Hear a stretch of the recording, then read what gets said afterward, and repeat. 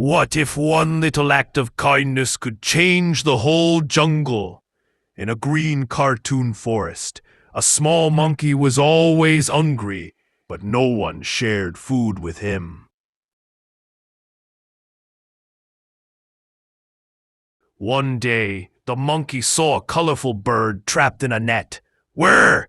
the bird cried, "Help me, please." But all the animals walked away.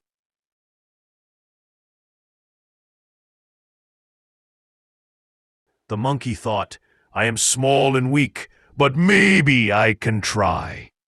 He pulled the net with his tiny hands, biting the rope with his teeth. Finally, snap! The bird was free. The bird flapped its wings and sang happily, "Thank ye, little monkey." Next day, the monkey was again hungry. Suddenly, that bird returned with shiny fruits from the tallest trees, sharing them with him. Moral ending. All the animals watched in surprise. The monkey smiled, and the bird said, "Kindness always comes back to ye."